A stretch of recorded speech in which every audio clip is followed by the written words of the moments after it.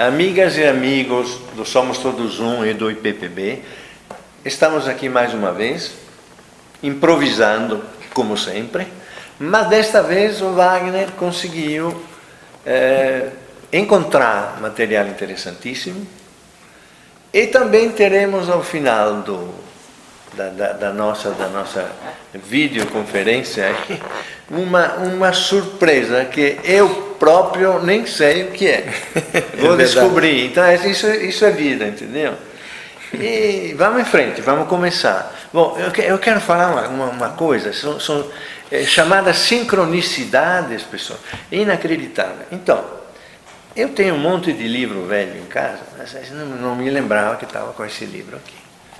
Conduta e Meditação. Mostrei para ele. Mostra a capa lá para o pessoal ver direitinho. É um livro de 1953, traduzido para o português por um cara que mora na Argentina, um brasileiro que morava na Argentina. E por coincidência, aí você vai ver, tem uma belíssima dedicatória aqui.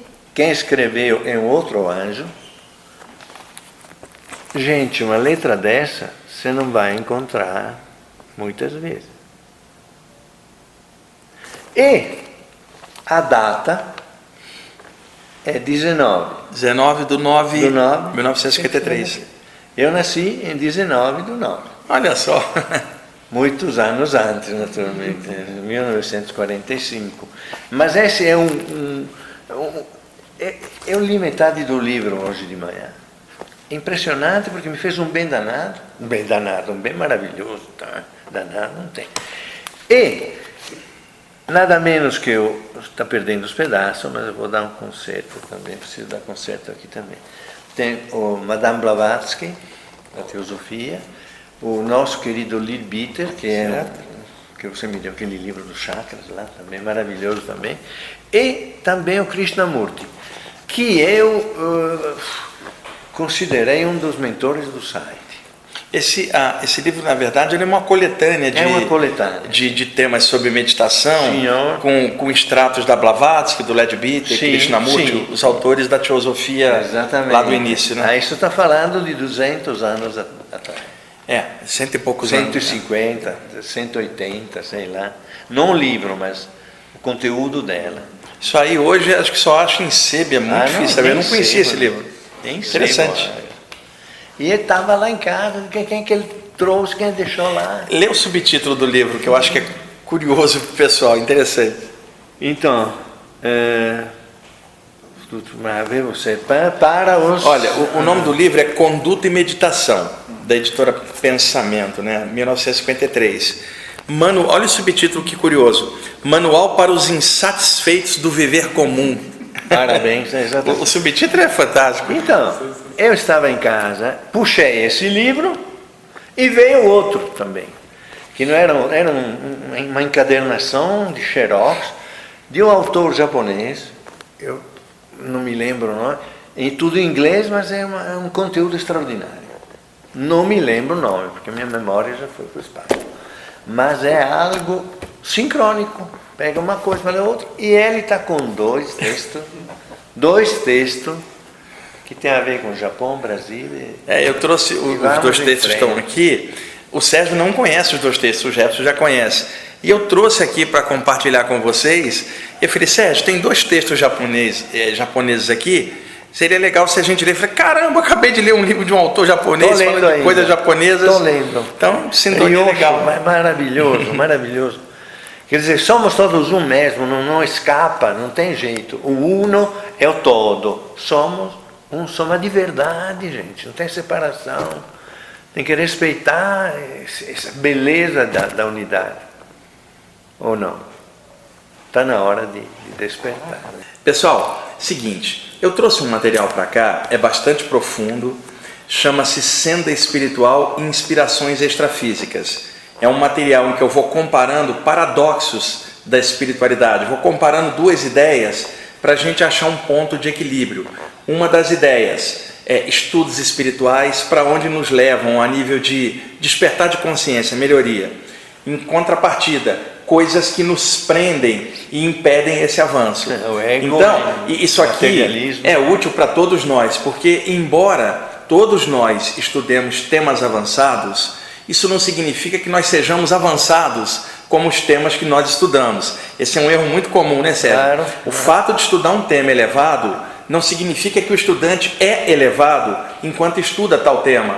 Significa que o tema é muito alto e o estudante, ao estudar esses temas, ele vai gradativamente crescendo a partir desse estudo. Então, nenhum de nós é espiritualizado como imagina, nenhum de nós é bam nisso ou naquilo como o nosso ego imagina. Nós estamos todos em evolução, em vários estágios, na direção da consciência cósmica, que será o destino comum de todos nós, ao longo de eões e eões de tempo e de evolução, ralando, aprendendo, trabalhando, todos nós, até chegarmos a um estágio de consciência maior, livre de reencarnar em algum lugar, de acordo com parâmetros universais maiores, mas por enquanto a nossa jornada ainda é humanoide aqui, num corpo físico, habitando planetas aqui ou acolá, descendo aqui e ocupando a condição humana, porque nenhum de nós é humano. Nós estamos humanos, homens ou mulheres, neste momento,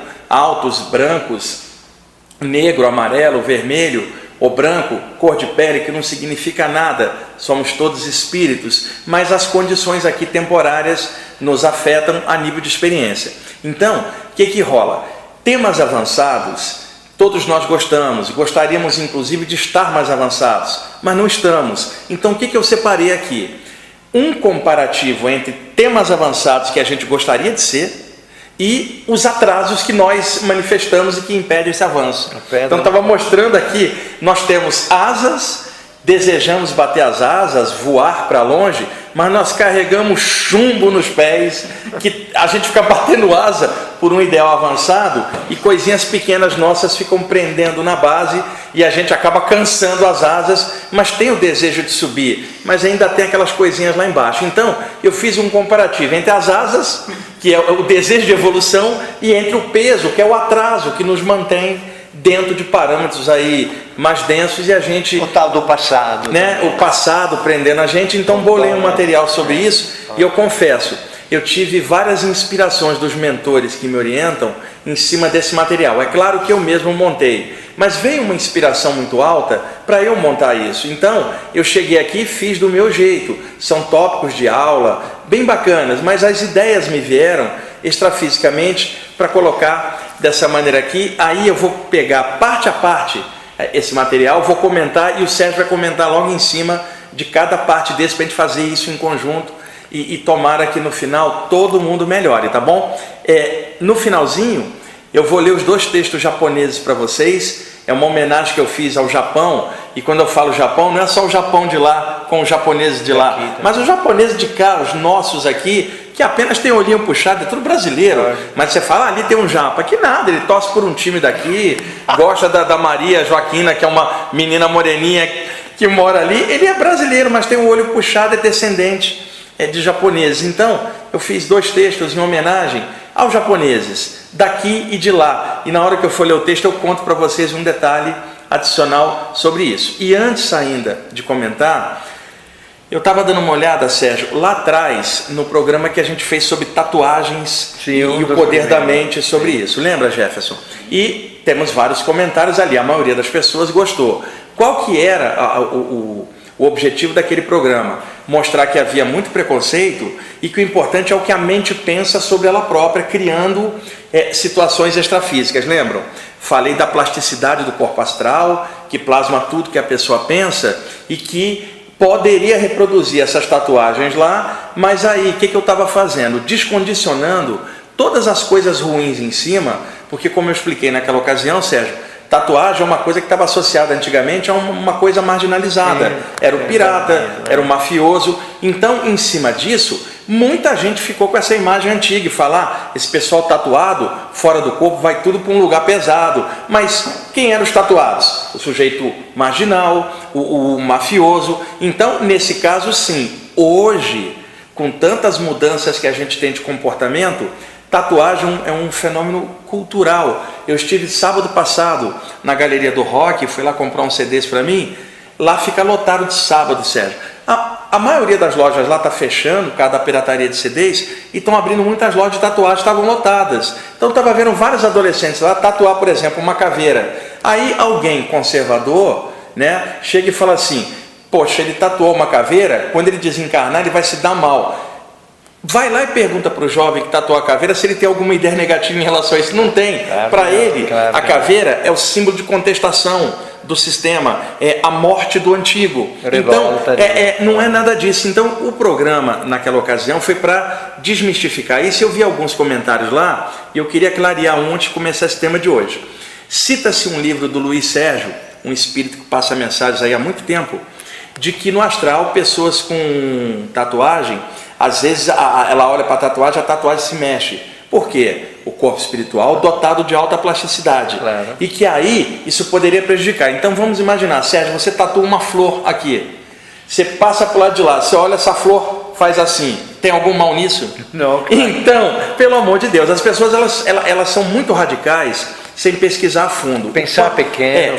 Tinha um comentário também de que como é que a gente estava falando de um tema desse, que a gente é formador de opinião e não pode jogar uma coisa dessa. Pode sim, porque inclusive para clarear, porque senão fica o estereótipo. Aquele garoto ali fez uma tatuagem, ele vai para um umbral. Não vai não, se ele for caráter bom, fez uma tatuagem cultural dentro da faixa de idade dele. Né? Então há muito preconceito em cima disso, e quando se fala de tatuagem no sentido negativo, a que a tatuagem remete? Qual a ideia que ela te remete? Uma coisa é você colocar uma tatuagem, por exemplo, do mantra Om, ou um cristão tatuar o rosto de Jesus, como tem alguns, ou tatuar uma cruz. Qual é o problema disso, né? Extrafisicamente. Agora, você tatuar uma suástica nazista que remete você às ideias do Hitler é outra história. Você tatuar o símbolo de uma gangue que faz o mal é outra história, porque aí você está remetendo a ficar ligado em sintonias pesadas.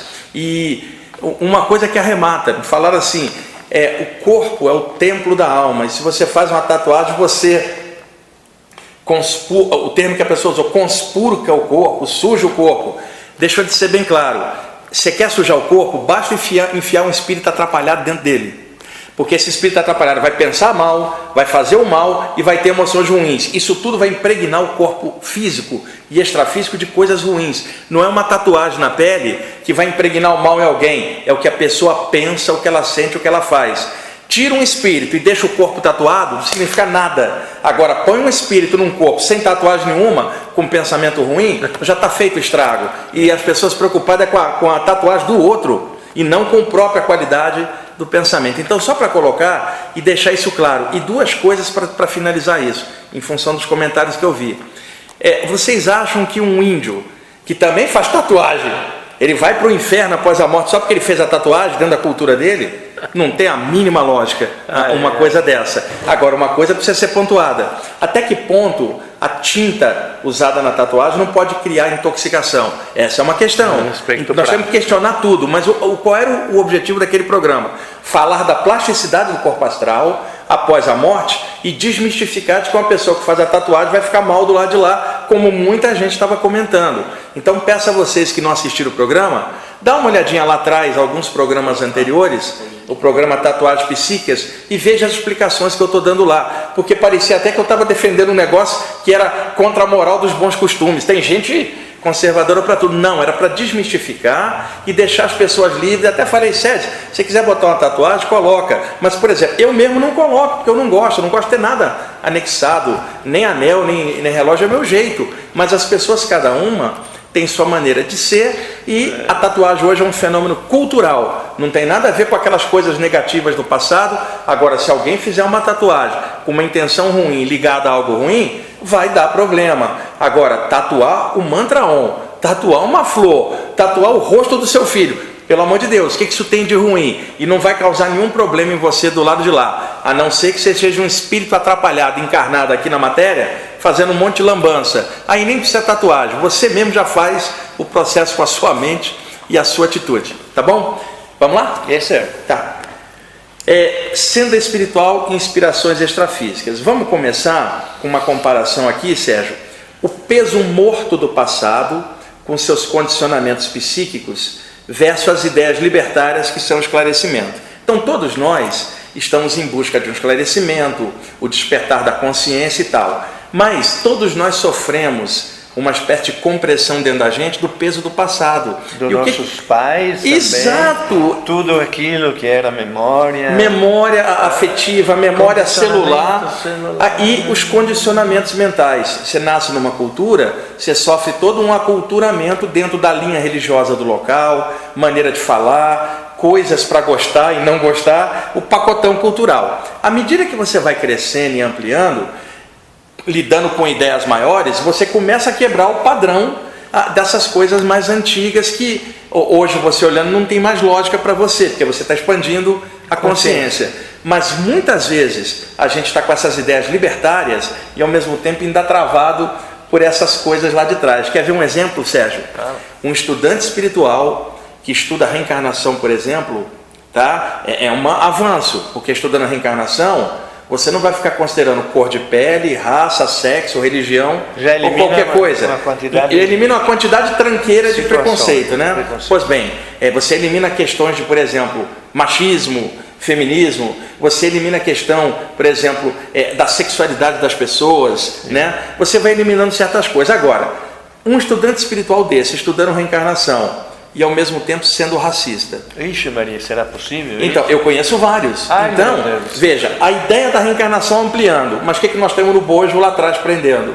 A ideia do racismo. E aí fica a pergunta, alguém que estuda uma ideia libertária, reencarnação, igualdade para todos, não interessa a cor de pele, raça ou religião, não interessa sexo, interessa nível de consciência. Como que uma pessoa pode estar cheia de preconceito, travada contra a raça do outro, estudando reencarnação? Conclusão, uma ideia libertária e um condicionamento travando. O que você acha disso? Um grande absurdo, obviamente. Então, e nós devemos. O que pode ser feito numa pessoa dessa? Abrir o quê? Quebrar o condicionamento a partir do próprio raciocínio e começar a fazer um trabalho nela mesmo para quebrar esse tipo de ilusão, esse tipo de condicionamento. Agora, vai olhar lá atrás, culturalmente, ela foi educada daquele jeito. Então, muitas vezes, ideias libertárias são maravilhosas, é claro. Mas as pessoas querem alargar o horizonte como? Trazendo no bojo essas pequenas coisas. E a partir daí são tantas outras coisas que nos prendem, Sérgio. Não sei, né? não sei. E a gente tentando abrir e ao mesmo tempo uma coisa dentro. O grosso da humanidade está doente. O grosso da humanidade está bloqueada por preconceito, sim, por condicionamento, por atitudes, por sistemas, por religiões. Mas até aí normal, mas eu estou falando aqui de estudantes espirituais, Sérgio. Então o que acontece? Um estudante espiritual, quando ele quebra esse paradigma e amplia, ele não deveria permitir esse tipo de coisa ali atrás, que é o comum para outros. E aí é que eu estou questionando, até que ponto uma ideia larga está fazendo efeito em você, ou melhor, até que ponto você permite uma ideia larga fazer efeito para quebrar o seu condicionamento lá atrás? Como pode um estudante espiritual ser racista? E aí você fala, mas ele não estuda a parte espiritual? Conclusão, como ideia ele estuda, mas ele não avançou tanto naquilo quanto ele imaginava. Ficou só um conceito na mente que não quebrou paradigmas dentro. Então, eu montei um material aqui com esse tipo de questionamento, para que, de repente, alguém que está assistindo a gente agora, por exemplo, se toca desse tipo de coisa, que é um empecilho. Agora imagina, Sérgio, que você fosse racista quanto a uma determinada raça. Vamos pegar aqui um chinês, que você não gostasse de chinês. Aí um belo dia você está deitado, você acorda paralisado e não consegue se mexer. Sua aura dilata, você sente que vai ter uma experiência fora do corpo. Aí uma mão sutil vem, segura, você sente aquela energia boa e puxa.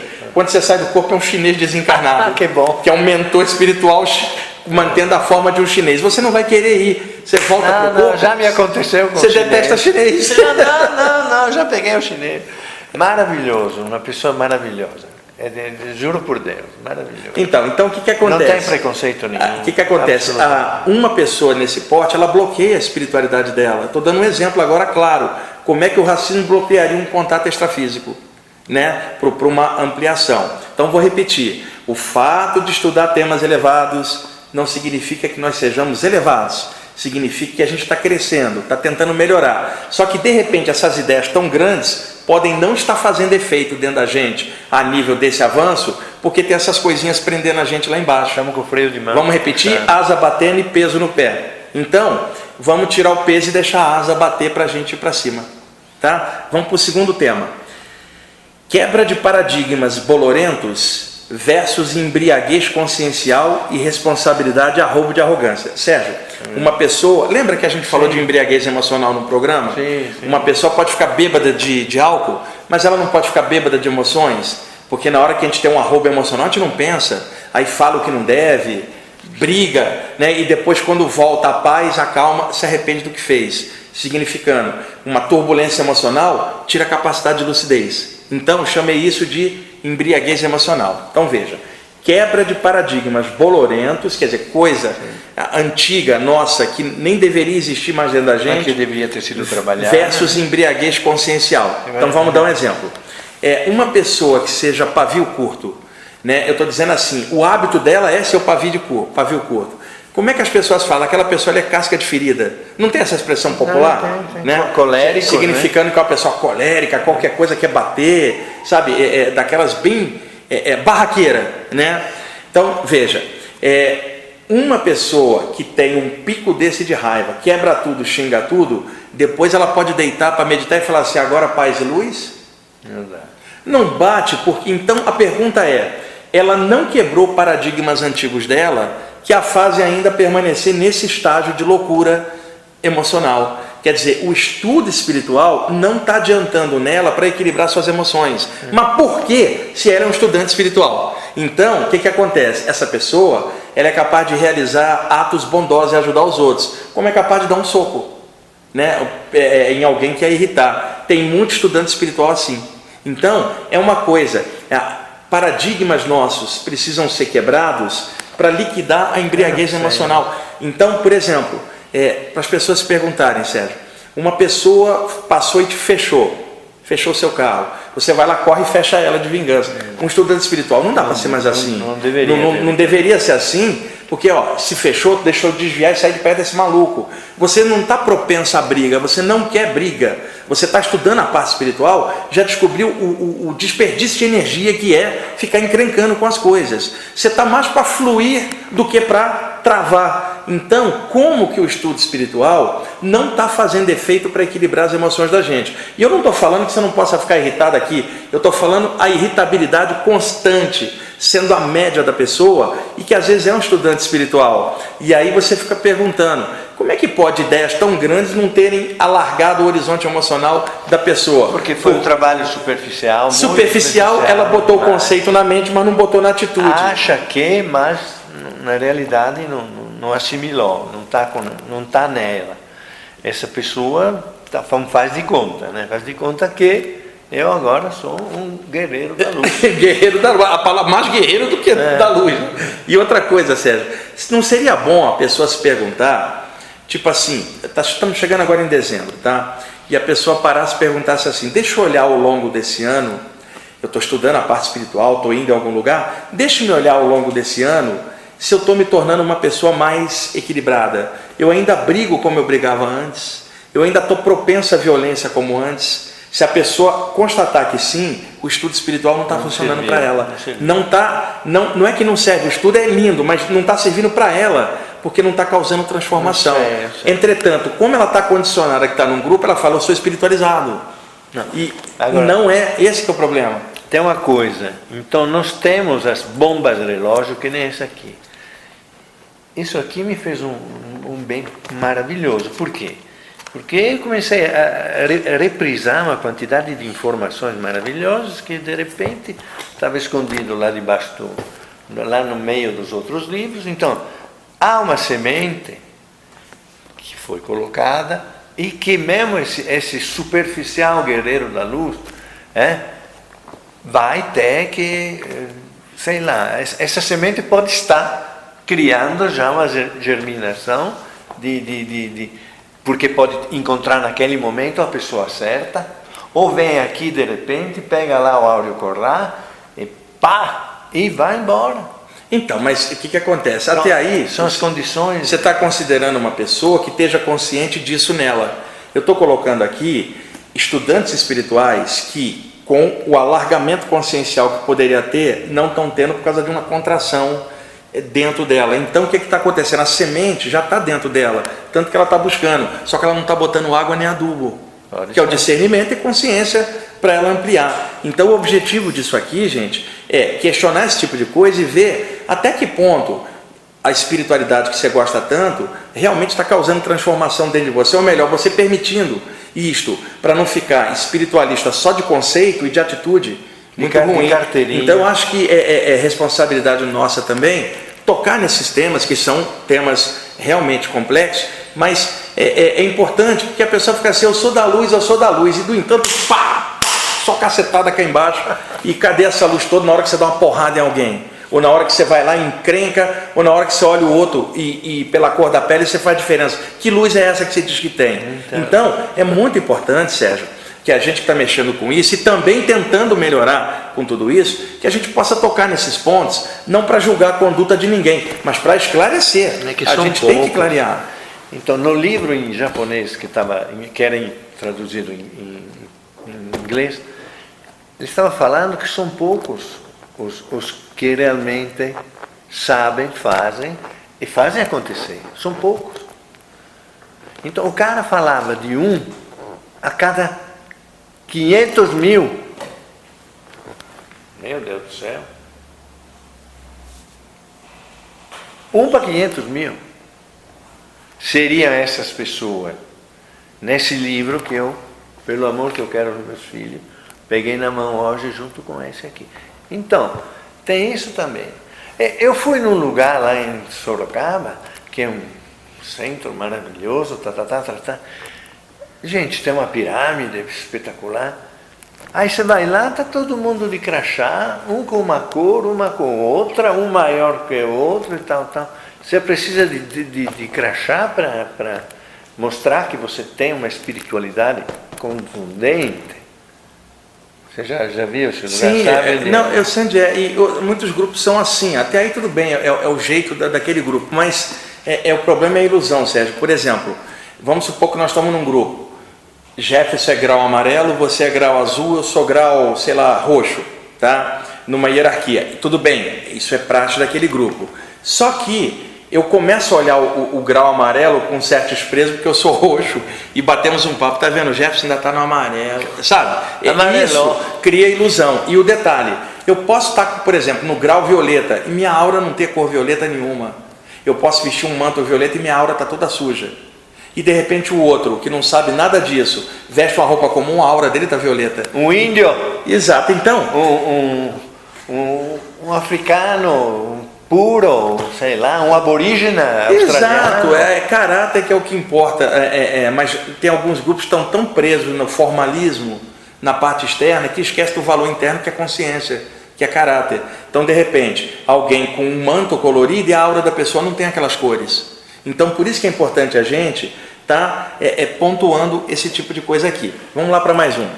Mente aberta, com universalismo com responsabilidade, versus o radicalismo e a fechadura consciencial. Sérgio, nós todos estudamos essa área, então é claro que por temperamento ou tendência, alguém se afiniza mais com uma área do que com a outra.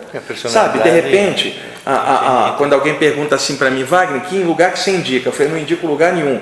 O que eu indico é que você tenta sentir os lugares que você vai e sentir aqui dentro qual que se adapta melhor para o teu jeito. Sendo um lugar baseado na luz e no bem, não me importa qual seja, que seja o espiritismo, a umbanda, a teosofia, o ocultismo, o yoga, você se sente bem, aquilo te faz crescer, desperta a sua consciência, para mim está ótimo. Então, o que rola?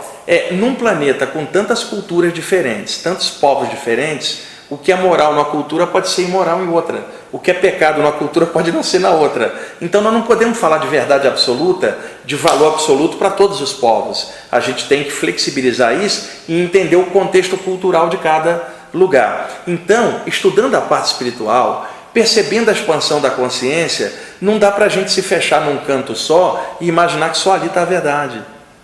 E isso é comum com fanáticos religiosos, que a gente observa facilmente. Mas aí vem a pergunta, se aquela pessoa estuda a parte espiritual, por que ela tem um comportamento igual ao do fanático que não estuda? Então a gente vê fanáticos dentro de uma área espiritual qualquer, detonando as outras áreas, só porque tem parâmetros diferentes. Entretanto, por vias diferentes, as pessoas podem chegar na mesma luz. Agora, se eu estiver preso aqui, eu acho que o outro da outra linha está errado. E aí tem um problema, o radicalismo. Então, quando você tem a mente aberta, você entende que a espiritualidade tem milhões de maneiras diferentes de se apresentar de acordo com o momento, a cultura vigente e o nível de consciência das pessoas. Então, a gente tem que flexibilizar isso. Se você é um estudante espiritual de qualquer área, observa se você não está sendo radical demais de só achar que dentro da sua linha que tem parâmetros bons e que os outros estão errados. Na verdade, cada linha tem fragmentos da verdade absoluta, que é sempre a do eterno, não a nossa. Se a gente vai estudando, crescendo ali, tudo bem, mas tem outros fragmentos espalhados, com valores diferentes, mas chegando nos mesmos pontos. Então, você que está assistindo o programa, esteja dentro de uma linha, goste, trabalhe, evolua ali, contribui no que você puder. Mas entenda, existem outras linhas com parâmetros diferentes, sendo do bem e da luz, é isso que eu estou querendo colocar, que também estão crescendo e não são superiores ou inferiores à sua, nem à minha, nem à do Sérgio, e naturalmente que para a questão do discernimento se impõe uma postura universalista. Por exemplo, você gosta de uma emissora de TV, Sérgio, você sempre assiste a programação, mas quando tem um filme bom no outro canal, você muda. Não significa que você está traindo a programação que você gosta. O filme ali é bom e vai ter um jogo bom que você gosta de futebol no outro canal. Então, você pode até viajar por outros canais, mas gostando mais de uma programação. Então, nós podemos estar em algum grupo, mas com a perspectiva aberta de que também tem coisas boas em outros grupos, nós podemos somar, não significando que você vai deixar de ser o que você é no seu grupo ou seguir a sua linha, mas você pode estar de mente aberta e entender que existem muitas linhas, às vezes, para uma mesma coisa, que é a evolução. Então, eu acho que isso aqui é um aviso para todo mundo, para evitar radicalismo. Eu tenho amigos que são materialistas, Sérgio. Tenho amigos católicos, tenho evangélicos na família. Então, eu procuro lidar com todo mundo de forma equilibrada. É claro que, assim, respeitando também o que eu acho das coisas, não é uma salada mística, mas convivendo normal, descendo na rua, conversando normal com todo mundo sobre as coisas do dia a dia. A postura de dentro, de observar a vida, que é a consciência. Mas nós estamos num mundo e você não adianta, você não pode sair vestido de branco, com um manto branco aqui na Paulista, convertendo as pessoas para alguma coisa. Você vai chegar na padaria, compra pão, não fica conversando sobre karma do padeiro, sabe? Convive normalmente. Agora, se alguém perguntar o que você sabe, você fala, mas cuidado com o radicalismo, tá? E quando eu falo de universalismo, eu não estou falando de colcha de retalhos mística. Tem gente que faz assim, Sérgio. Ela vai 8 da manhã na missa, 2 da tarde ela está no centro espírita e às 9 ela está na Umbanda conversando com o preto velho. Você pergunta aí, quem é? Sou cristão. Né? Então, é claro que a pessoa pode ter. Tem gente agora, assim? Tem gente assim. Não, sério? Sério. Agora, você tem que ver, não dá para trabalhar ideias que são opostas, é claro. Não dá para você ir num lugar que baixa a lenha na reencarnação e depois assistir uma palestra de reencarnação de tarde. Aí é falta de caráter seu mesmo de não estar discernindo. Eu estou falando a possibilidade de você gostar de uma linha, mas saber que há outras coisas boas em outras linhas, não significando que você concorda com tudo. Mas o que você deve concordar? Abertura de consciência. Nenhuma área detém a verdade absoluta. E todo mundo está crescendo, cada um na sua. Por isso, mente aberta versus radicalismo, Sérgio. Perfeito. Vamos lá.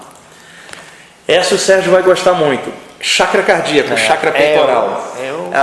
Esse chakra tem uma respiração psíquica que eu chamo, Sérgio, que é o seguinte. Eu vou citar um exemplo claro. Quando você ama alguém, mesmo à distância, os chakras peitorais estão unidos pelos sentimentos dois, independente da distância. Uma mulher acabou de sair da licença maternidade, ela é uma big empresária, comanda um monte de funcionários numa empresa, uma mulher bem profissional, mas ela está saindo da licença maternidade, ela teve uma criança.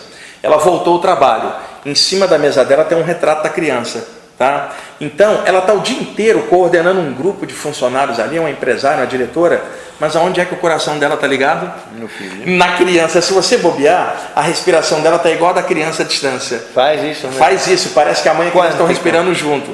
Então, o que acontece? O chakra cardíaco, ele traz uma respiração psíquica, ou seja, você respira o coração do outro. Sério? Numa fusão de energia, que é a empatia com os outros. Desde que haja uma sintonia. Desde que haja sintonia entre ambas as pessoas, mãe e filho, um casal, 2 irmãos, sei lá, o que é que você... Mas dois amigos, aquela coisa de um respirar o outro, mesmo à distância, e se sentir. isto é possível. Então, o chakra cardíaco da gente é capaz de expandir. Né? Agora, qual que é o oposto disso? Emoções pesadas causando ferrugem consciencial. Então, veja, olha que conceito. Respirar o coração do outro. Agora olha o outro. Controlar o outro pesamento. Ou pesar aqui. E o peso impediria a respiração, impediria o contato com o outro. Então, um paradoxo. Muita gente ama, mas em lugar de respirar o outro, está jogando emoção pesada em cima do outro e puxando para si mesmo. Falta confiança, também. falta amor. Então, esse chakra cardíaco não merece o veneno das emoções pesadas que a gente joga nele, Sérgio. Tem que cuidar muito bem. Isso aqui é um centro por excelência de fruição de sentimento, de empatia. Imagina um curador. Ele chega, ele está dividindo o coração dele com todo mundo, puxando isso de algo maior aí. Agora imagina um curador com uma massa de ferrugem emocional aqui. Pô, não vai sair nada. Então, alguém que mexe com essa área não pode permitir ferrugem consciencial. O termo é ótimo, né? Sim, no chakra cardíaco. Pelo contrário, tem que pegar e dar uma lavada aqui de alguma forma, né? Pegar um produto caol, pegar um caol emocional e limpar para ficar brilhando e irradiar. WB3, lembra? Que a gente usava para limpar os aparelhos. Então, chakra cardíaco, respiração psíquica, o oposto, emoções pesadas travando. Nós estamos estudando a parte espiritual, gente. Precisamos ampliar a respiração psíquica do chakra cardíaco para a gente sentir mais o amor, mesmo no meio do caos das coisas aqui da Terra. Como é que pode fazer para estimular mais ainda com amor? Aí é que tá. Não existe uma técnica para isso, porque qualquer técnica vai usar a mente, e a mente não entende nada de coração. Então, o que eu acho? Postura. Tipo assim, poxa, caiu a ficha para mim.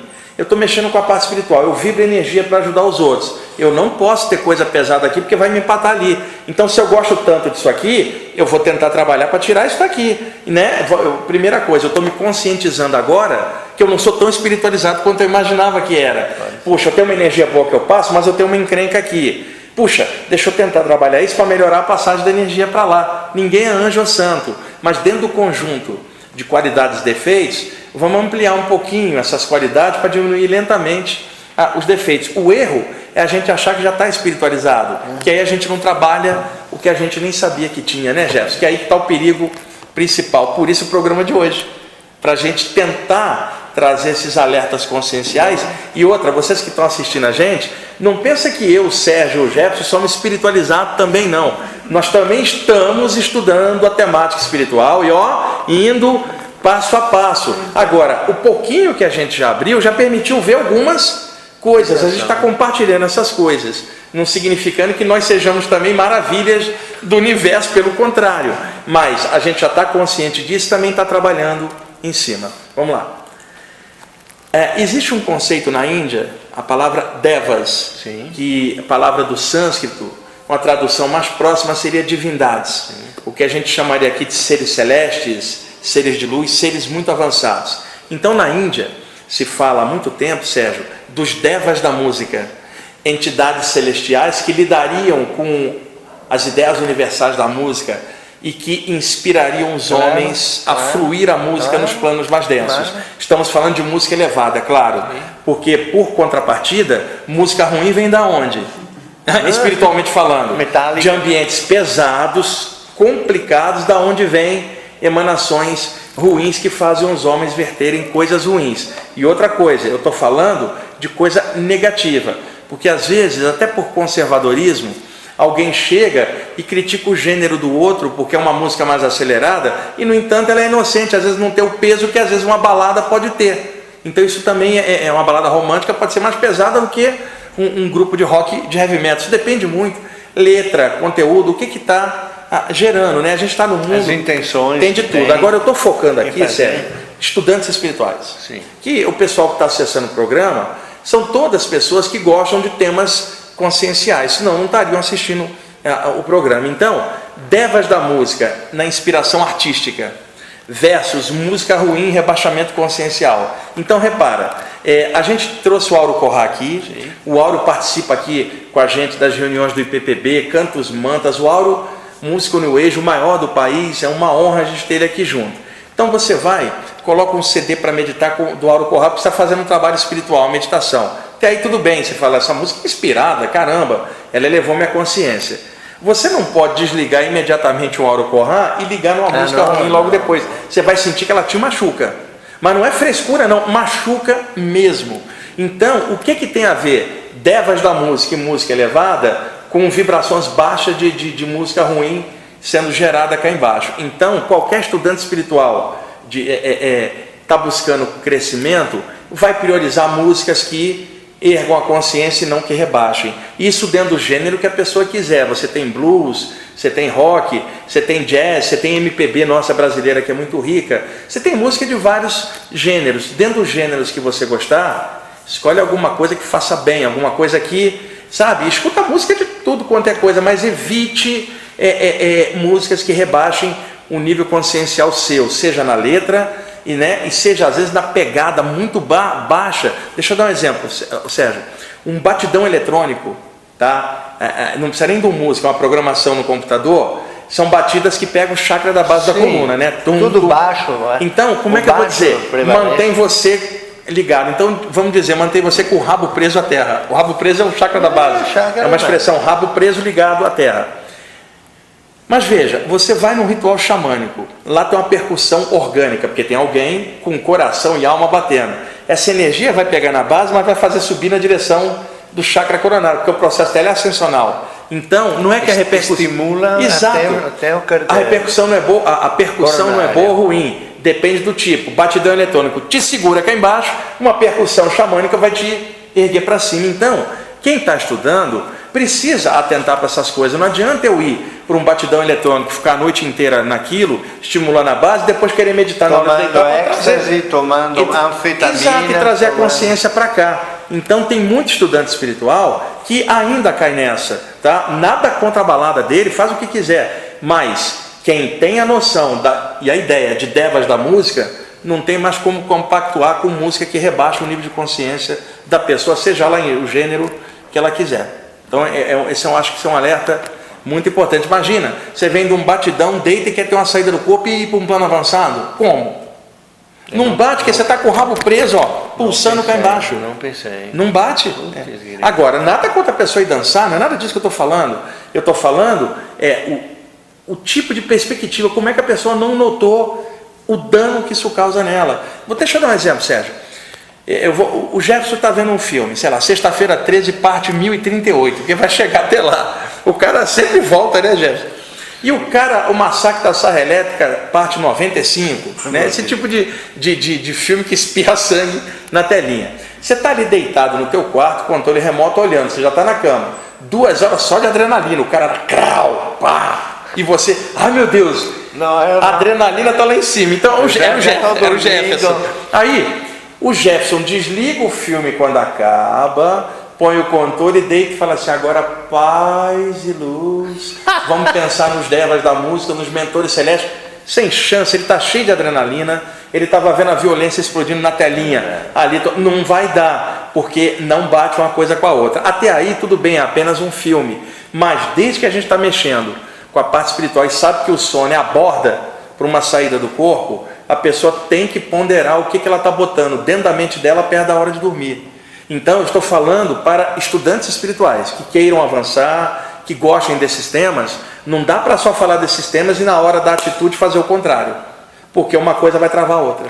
Por isso que, Jefferson, está indo bem até aí as explicações, que são temas bem complexos, né? Já estamos... Tá, seguinte, eu vou explicar uma última aqui, e aí eu vou ler os 2 textos japoneses, e a gente tá... Seguinte, essa aqui o Sérgio vai gostar muito. Caráter, que é o respeito à luz, versus negação espiritual e anulação. Deixa eu dar um exemplo. Não fala que eu tenho meus amigos aí. Vamos lá, olha só. Estão tudo aqui e eu não consigo fazer nada. Tá, eu não consigo nem na minha família, então a gente tem que ir levando e tocando a bola e... Bom, olha só, a palavra caráter, quando a gente a utiliza, está falando de uma pessoa com valores de consciência bons, atitude íntegra, integridade no que pensa, sente e faz. Até aí tudo bem. Mas existe esotericamente a expressão caráter de luz, Sérgio. Caráter de luz é o seguinte. Eu vou pegar o meu pai como exemplo. Meu pai está com 86 anos.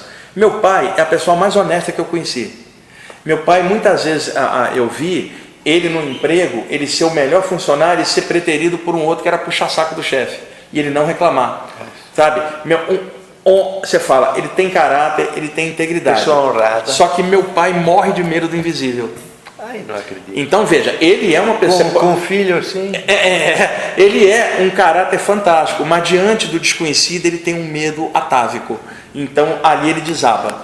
Então quando você fala caráter de luz num sentido espiritual, é alguém que tem a integridade nas coisas daqui e que tem a integridade diante do invisível. Então, por exemplo, na hora da morte ou na hora de um evento, eu entrego minha consciência ao todo porque eu respeito a luz. Então, se é hora de ir, eu vou. Claro. Você tem o caráter para entrar consciente no mundo espiritual. Com muita curiosidade. Mas com caráter, sabendo que aquilo é real. Então, o meu pai tem o caráter de um homem bom aqui da Terra, perfeito. Mas diante do infinito, as questões de onde eu vim, de onde eu vou, o que estou fazendo aqui, tem vida após a morte, ele treme de medo. Então o caráter dele é para este plano, o que já é maravilhoso. Sim, sim. Quando se falava antigamente caráter de luz, é o caráter desse plano e para o outro. Então é o caráter que envolve outros planos além desse. E quem eram as pessoas antigamente que falavam isso? Os iniciados dentro das tradições herméticas clássicas, os iogues, que, mesmo estando encarnados, já vasculhavam o mundo espiritual com seus avanços parapsíquicos, né? de clarividência, de projeção, de mediunidade, de samadhi e de tantas coisas. Então, o caráter, o respeito à luz integral, envolve consciência boa e valores bons, mas só daqui, e quando você morrer, nada? Não, claro. Então, esse caráter, ele é multiplanos, quando ele é integral. Então, estudantes espirituais precisam ponderar isso. Então, por exemplo, Sérgio, não seria chato eu pegar um binóculo e ficar espreitando a nudez da vizinha à distância de um prédio para o outro? É antiético, não é? Claro. Tá. Agora imagina, eu saio do corpo, atravesso a parede e vou ver minha vizinha pelada tomando banho. Veja, é um tipo de falta de ética extrafísica agora. Não, você pode ter feito sem querer. Não, mas foi por querer. Eu queria ver a vizinha, que era bonita, por exemplo. Então, o que rola? A gente tem uma ética das coisas daqui, uma cosmoética, uma ética espiritual. Claro. Então, o que eu estou dizendo? Meu pai tem um caráter excelente para a ética daqui, tá? Mas, por exemplo, se aparece um espírito, ele vai se borrar. Ele não tem o caráter multiplanos, que é isso que os iniciados falavam. O caráter a ponto de vencer a si mesmo. Que é isso que era a grande vitória. Veja, eu não temo o mal, não porque eu desafio o mal ou porque eu sou do bem. Não é isso, é porque eu sou da luz. Eu tenho caráter de luz e estou avançando, estou indo, porque a luz me ajuda, eu sou veículo dela, eu sou servidor da luz. Por isso o invisível não me atemoriza. E na hora que eu tiver que partir, eu vou pela luz. E enquanto estou vivendo aqui, vivo pela luz. Então, isso é caráter de luz, que é um valor avançado. Agora, qual é o oposto disso? Negação espiritual e anulação consciencial. Está ferrado. Né? Aí entra... não estou falando do ceticismo clássico das pessoas, não estou falando da anulação do caráter. Então, por exemplo, eu mexia com essas coisas, agora eu não mexo mais, não quero nem saber. Deixa eu dar um outro exemplo. Antes eu ajudava os outros, passava energia, mas todo mundo era ingrato, aí eu passei a usar essas coisas só para mim e dominar e ter o poder, que é o descambar de um ato bom para magia trevosa, o caminho escuro. Sim. Da força. Denso, que seria exatamente o oposto, é falta de caráter de luz. Imagina quanta gente ao longo da história isso aconteceu, Sérgio, de desviar para o lado escuro da força, uma pessoa que era excelente, teu parceiro, teu irmão de jornada, daqui a pouco está contra e vibrando para o mal, para a humanidade. E eu não estou julgando nada, eu só estou constatando uma coisa que todo mundo sabe. O que acontece é que isso existe numa escala menor. E às vezes acontece com os próprios estudantes espirituais, porque eu vou falar agora aqui para vocês, talvez choque, mas é muito importante. Quando você fala mago trevoso, você não está falando do Harry Potter, poxa. Tem gente que acha que o mago trevoso é o Voldemort, o cara vem com o Voldemort que vem com o capuz, não é isso não. Tem entidades tão ladinas que aparecem em condição normal e você não sabe o controle mental que ele tem. Então, o que rola? De onde saem essas pessoas que hoje trabalham energia para fazer o mal? Elas são pessoas ignorantes? Não, elas conhecem os chakras, conhecem a aura, estudavam isso. Em algum momento elas desviaram. Então, Sérgio, por incrível que pareça, o que é chamado de mago trevoso ou ser do mal, um dia foi alguém que estava estudando igual a gente, se decepcionou e capotou para o lado de lá. Então, isso que eu vou falar é muito ruim. O mago negro de amanhã é o estudante espiritual besta de hoje, que amanhã ou depois vai desviar da senda. Porque você não pensa que um mago trevoso saiu do nada sem saber. Ele era um estudante igual nós que desviou. Então, ao falar isso... Que teve todas as condições, inclusive... E por alguma coisa dela... É melhor do que eu... Que não cabe a nós julgar o ato do outro, mas que é fato. Tá? Acontece com muita gente. Então, isso é uma negação espiritual do caráter de luz, tão ventilado por grandes mestres de todas as tradições, o respeito à luz, o respeito ao bem, o respeito ao todo que está em tudo, dentro da linha que a pessoa quiser, sabe? A extirpação de todo o mal dentro do coração, de toda a má intenção. Então, é isso que muitos estudantes espirituais às vezes não entendem. Se decepciona com uma coisa, por uma coisa ou outra, ele vira para o outro lado e de repente alguém que estava aqui passando uma luz para o outro fala assim, agora não passo mais luz não, ninguém valoriza, eu vou usar o poder para mim e se não gostar eu mando uma carga pesada para ela. Imagina, quem era essa pessoa? Uma pessoa que não estudava? Não, era alguém que estudava com a gente, Sérgio. Então, fica esse alerta, caráter de luz. Não é só o caráter desse plano, é o caráter diante do plano e diante das provas. Porque é muito fácil dizer que é da luz num dia feliz. Num dia terrível que eu quero ver a pessoa dizer que é da luz. Quando tudo deu errado e ela ainda vai deitar e fala, eu sou da luz. E eu respeito a luz. Sabe, independente de vantagens que ela quisesse ter. Deu tudo errado. A luz continua a mesma porque isso é consciência, não é doutrina. Então é muito importante, viu, o Jefferson, Sérgio, a gente falar essas coisas aqui. Tem um monte, isso vai dar 2 ou 3 programas. A gente vai parar nesse ponto. O Jefferson está me alertando ali que... E aí, num próximo programa, a gente continua. Tá bom o papo, Sérgio? Que eu acho que isso aqui é fantástico, o Jefferson, para reflexão consciencial. E outra... E para reforçar uma quantidade de informações e nossa que também. Precisa continuar batendo, porque até eu, às vezes, digo, meu Deus do céu. Não, todos nós, a gente tem que ficar esperto. Precisamos ter essa noção de ter uma atitude de continuidade, de resultado também, pragmatismo, de ter resultado naquilo que nós somos como seres espirituais. E eu conheci gente que falava assim, Sérgio, eu não mexo mais com a parte espiritual porque não me deu sorte no amor nem nos negócios. Como se o mundo espiritual tivesse aí para atender os desejos dela.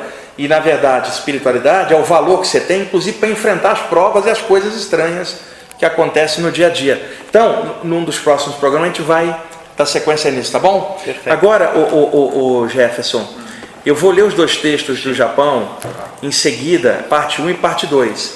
E eu quero te pedir para você arranjar uma trilha sonora japonesa. Seria um oriental. Você é casado com uma japa, né? Uma trilha sonora assim boa, não pop, uma trilha mais reflexiva, mais expansiva. Você pode colocar, quando, depois da gravação, pode ser? Tá, gente, eu escrevi esses 2 textos em 2015. O Sérgio não viu nenhum dos 2. Um dos textos eu li na rádio, naquela ocasião, em 2015. Mas eu nem tinha passado a limpo, estava na cadernetinha. Meses depois eu fiz a segunda parte. E esqueci dos textos. Até que umas 3 semanas atrás eu peguei e fui passar limpo. Não está nem corrigido ainda. E esses 2 textos falam da harmonia Brasil e Japão. Por quê? Que beleza. Eu sou do Rio de Janeiro. Eu me mudei para São Paulo em 1990. No Rio de Janeiro não tem muitos japoneses, né? Quando eu vim para São Paulo, eu via muito japonês aqui em São Paulo. E eu sei que o bairro que tem mais japoneses é o bairro da Liberdade. Com o passar do tempo, eu fui morar no bairro da Saúde, que depois da Liberdade é onde tem mais japoneses em São Paulo. E o prédio onde eu moro, 90% são japoneses ou descendentes japoneses.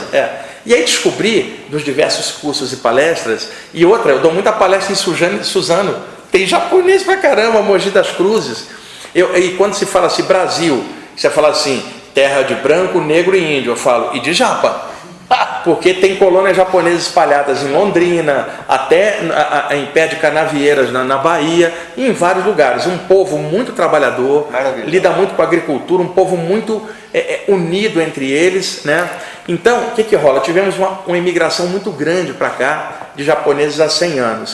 O que eu descobri quando eu vim para São Paulo, Sérgio? Estava fazendo uma palestra, um curso, tinham vários japoneses. Quando eu conversava com os japoneses e seus descendentes, em 2, 3 minutos parecia que eu era da família. A integração era perfeita, muito rápida. E isso foi acontecendo ao longo desses anos todos, até hoje. Assim, me põe perto de um grupo de japoneses, começa a bater um papo, daqui a pouco eu estou integrado. Como se eles me pegam assim, eu me sinto até lisonjeado demais, porque, poxa, como é que eles me tratam tão bem assim do nada? Há uma empatia natural. Então resolvi fazer um texto que vocês vão ver e assistir e ouvir agora, em homenagem a esse povo que eu gosto muito e que me trata muito bem. Então a primeira parte, outra coisa, o texto fala de fruta-pão. Sabe o que é aquela fruta grande? Sim. Você parte, parece um miolo de pão. Aqui no Brasil o cultivo me parece que é em Goiás. E me parece que tem japoneses que cultivam também a fruta-pão, aqui e também lá. Então, olha o título, Brasil e Japão, amor e fruta-pão. Uma ode ao povo japonês de lá e daqui, que são japoneses de lá, e os nossos daqui, que são japas abrasileirados. Então, gente, eu vou ler para vocês rapidamente o primeiro texto, tá? Vamos lá. Eu levei fruta-pão lá para o Japão, e pelas coisas nipônicas eu me apaixonei de todo o coração. Eu fui contente lá para as terras do Oriente, porque vi o Buda abraçando a terra do sol nascente. Está inspirado, hein? Lá fiz muitos amigos e me lembrei de casos antigos, onde eu tive a minha vez de ser japonês. Eu não fui shogun e nem samurai. De lá eu vim para o Ocidente. Sim, eu vim do Oriente para ser médium no Brasil, contente. Que legal. Eu vi a florescência rosada das cerejeiras e suas pétalas cobrindo as dores do passado. Foi lá que eu levei fruta-pão aos meus irmãos do Japão. Ó ilha de Edo, tão querida, um dia eu fui seu filho. E hoje sou médium brasileiro, unindo o sol nascente com a pátria do cruzeiro. Que legal, me emocionou. Do Monte Fuji ao Pão de Açúcar, de Tóquio ao Ibirapuera. Japão, esquece a sua antiga dor, pois o Buda trouxe muito dos seus filhos numa onda de amor. E aqui, no Brasil, Iemanjá e Pena Branca os receberam com alegria. Que bom. E eles estão vivendo e aprendendo sob as estrelas do Cruzeiro do Sul. Sim, eles vieram do seu ventre, querido Japão, para comer fruta-pão no solo brasileiro. Lá de Fukushima, trouxeram a menina Keiko, que aqui no Brasil ganhou o nome de Iracema. E também vieram Takeda, Minamoto e Suyama, que são agora brasileiros de pele morena. A terra do sol nascente é aqui, onde os seus filhos vivem, além dos mares do Oriente.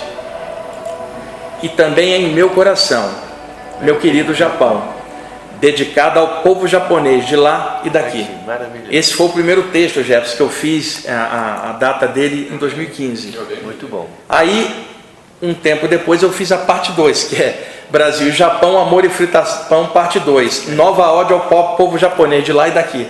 Tá? Então vamos lá, ele é curtinho igual ao outro, eu considero esse segundo mais bonito que o primeiro. E traz ele traz uma energia muito boa. Energia maravilhosa. Não foi porque eu escrevi, não. Acho que é até pela atmosfera disso, né, de universalismo e tal. Vamos lá. Eu vim lá do Japão e me apaixonei pelo Brasil. Eu, o samurai de outrora, agora sou moreno. Hoje eu sou japa tupi-guarani. Gostou da expressão? Um dia eu orei aos pés do Monte Fuji. Hoje eu aprendo com o bondoso preto velho. Que espetáculo. Eu vim da ilha de Edo para viver no gigante verde e amarelo. Japão, tão querido ao meu coração. Eu era flor de cerejeira e agora sou pau-brasil. Um dia eu retornarei aos seus templos, mas hoje eu danço com Exu. A minha flauta shakuhachi está guardada, porque hoje eu toco violão e pandeiro. A minha espada já era, e agora eu aplico passos espirituais com as mãos. Meu querido Japão, em suas terras eu aprendi muito, mas hoje eu aprendo aqui, nas terras do amado Brasil. Há muitos dos seus filhos vivendo por aqui, e outros estão por vir para aprender também. Antes eu reverenciava o sol nascente como seu símbolo glorioso, mas hoje eu gosto mesmo é do sol que brilha no céu da pátria do cruzeiro. Japão, como eu lhe agradeço pelo tempo que vivi em seu seio, E como eu agradeço ao Brasil pelo tempo que estou por aqui. Japão e Brasil, minhas duas terras de honra e alegria, dois amores num só coração. Que espetáculo. Ah, eu sou japa tupi-guarani, amarelo e moreno, samurai e menino. Do Oriente ao Ocidente, eu sou feliz lá e aqui. Salve Japão, salve Brasil, sayonara, axé. Dedicado ao povo japonês de lá e daqui da Terra do Astral. Esse segundo é de 20 de maio de 2015. Os dois textos estão inéditos, nunca publiquei os dois. Eu vou publicá-los oportunamente no site do IPPB, tá? Já vai estar lá daqui a alguns dias. E é uma homenagem ao povo japonês, sabe? Eu não sei o motivo de eu ter escrito isso, eu só sei que veio e é um agradecimento, talvez, inspiradíssimo esse negócio. A toda a atmosfera japonesa, brasileira e brasileira japonesa. Tem um porquê, né? Mas você já deve ter estado lá. Sim, né? Na verdade, o pano de fundo desse texto é a reencarnação de um brasileiro que um dia foi japa, como já foi hindu, como já foi americano e outras coisas por aí. Então, eu acho que é legal a gente compartilhar esse tipo de coisa. Sabe por quê? É o lado lúdico, né, Sérgio? Não, faz bem. A gente estava falando de temas tão complexos ainda agora, e agora uma coisa... Alma. Faz bem. Exato. A primeira parte do programa foi aqui, a segunda... E a terceira parte agora, que é a surprise, né, Sérgio? É o seguinte.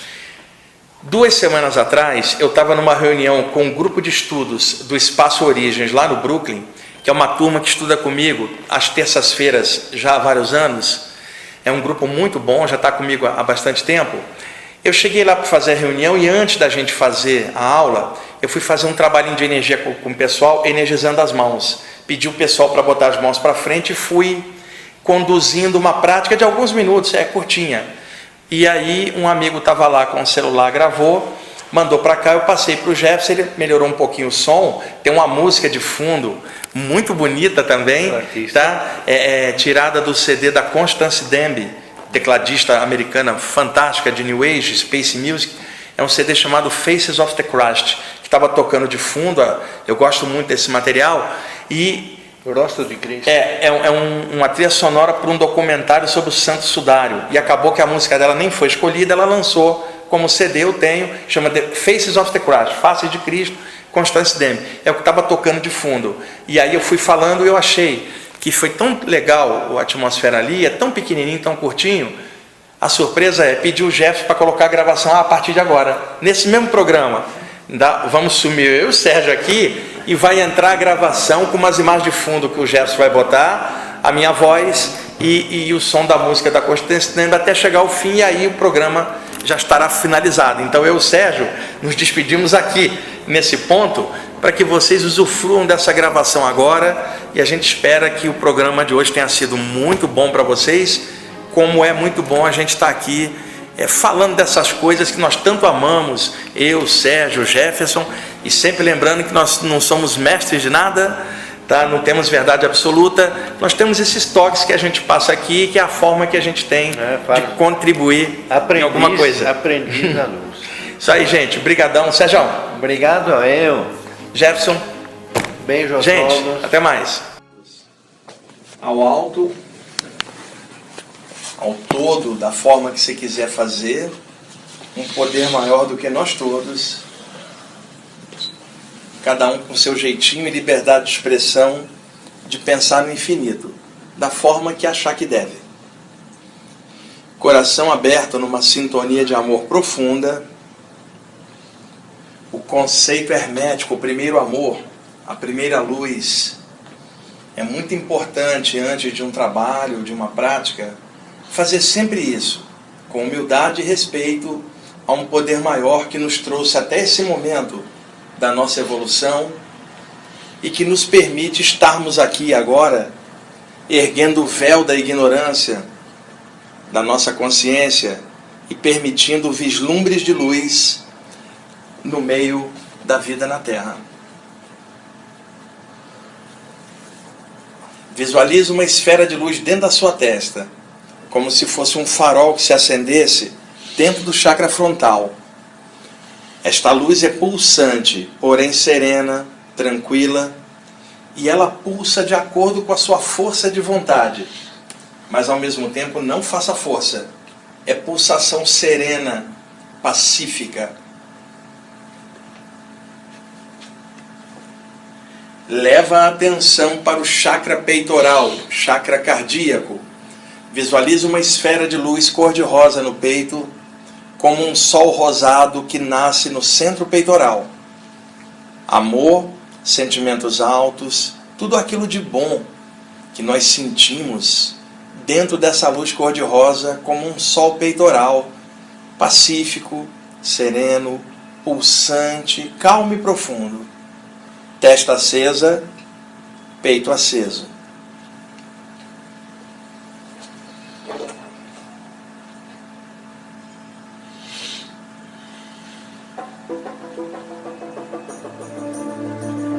Presta atenção na música e se permita deixar que a música conduza a sua prática. Estende suas mãos para frente, da forma que você quiser, mas estendidas. Usando a capacidade da visualização e também dos sentimentos maiores que você tem, visualiza uma aura amarela brilhante envolvendo as mãos.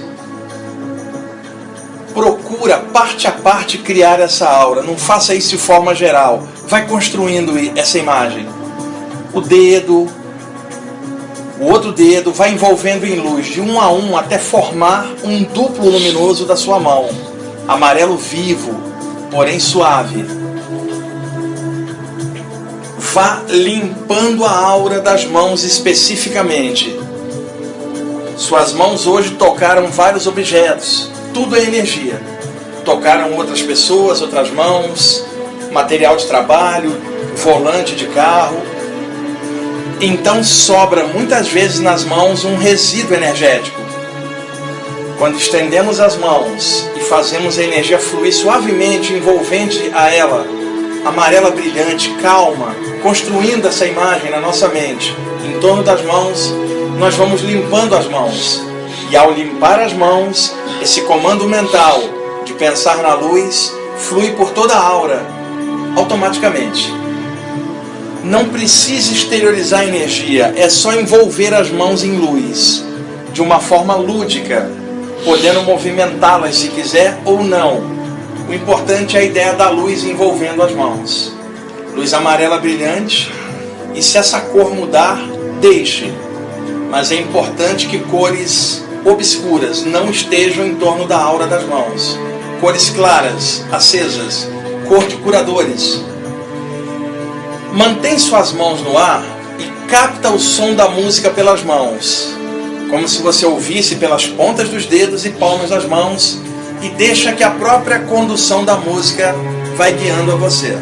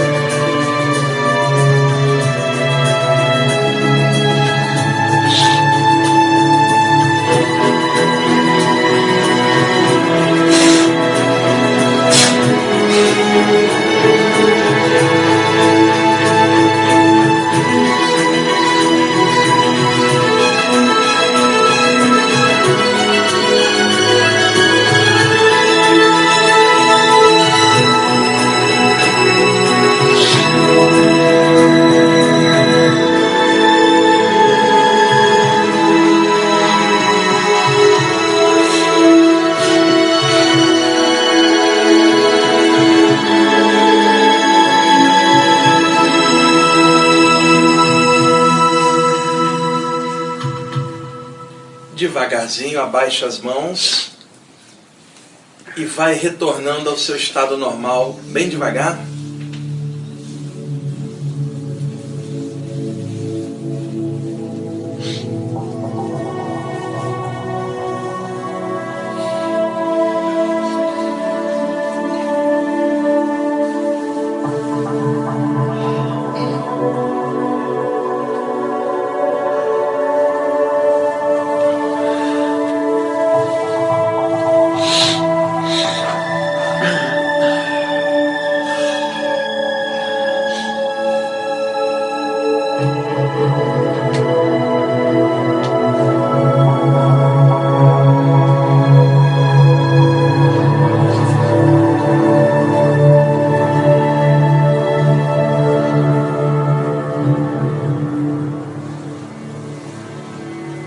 Pronto? Todo mundo aí tranquilo? Dá uma espreguiçadinha nos braços para dar uma ativada.